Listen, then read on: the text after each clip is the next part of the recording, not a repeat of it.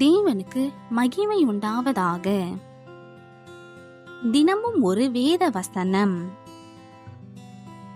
எரேமியா 11ஆம் அதிகாரம் 3ஆம் வசனம். என் சத்தத்தை கேட்டு நான் உங்களுக்கு கற்பிக்கிறபடியே எல்லா காரியங்களையும் செய்யுங்கள்.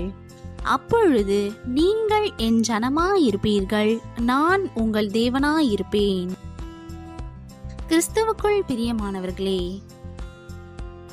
நாம் நம்முடைய அனுதின காரியங்களில் எல்லாம் கர்த்தரையே நம்பி அவரை சார்ந்து கொள்ளும் வேளைகளில் அவர் நமக்கு வழிகாட்டியாய் நமக்கு போதித்து சகலத்திலும் அவர் சித்தப்படி கரம் பிடித்து நடத்துகிற அன்பின் தேவனாக இருக்கிறார்.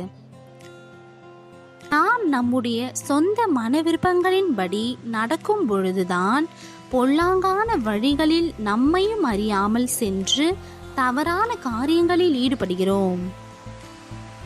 இதில் எந்த வகுப்பை நாம் சார்ந்தவர்கள் என்று சற்று நம்மையே ஆராய்ந்து பார்ப்போம். கர்த்தரை சார்ந்து இருக்கும் பொழுதோ சங்கீதம் 32ஆம் அதிகாரம் 8ஆம் வசனத்தின்படி அவர் நம்மீது தம்முடைய கண்களை வைத்து ஆலோசனை சொல்லி பிரயோஜனமானவைகளை போதித்து வழி நடத்துவார். எனவே நாம் இன்று முதல் அதிகாலையில் எழுந்திருந்து ஆண்டவர் சமூகத்தில் முழங்கார்படியிட்டு, இன்று நீரே உம் சித்தம் போல் என்னை வழிநடத்தும் என்று பிரார்த்தனை செய்வோம். ஒரு பெண்ணின் வாழ்க்கையிலே திருமணம் ஆகும் வரை கஷ்டம், துன்பம், இடர்கள் இவைகள் இன்னதென்று அறியாமல் வாழ்ந்து வந்தாள். திருமணமான பின்பு தன் கணவரோடு இணைந்து ஆண்டவருடைய சேவையை செய்ய தன்னை முற்றிலும் ஒப்புவித்தாள். அது அவள் மனதிற்கு மிகுந்த சந்தோஷத்தை உண்டாக்கியது. ஆனால் உடனடியாக என்ன நடந்தது தெரியுமா? ஒன்றன் பின் ஒன்றாக பல்வேறு துன்பங்கள், நெருக்கங்கள், நிந்தனைகள், இல்லாமைகள் போன்று பலவிதமான இடரல்கள் அவள் வாழ்வில் அடுத்தடுத்து வந்து அவள் உள்ளத்தை வாட்டி வதைக்க ஆரம்பித்தன. முதலில் சற்று தடுமாறிய பொழுதிலும் அவள் ஒன்றை அந்த நாட்களிலே திட்டமும் தெளிவுமாக கண்டு கொண்டாள்.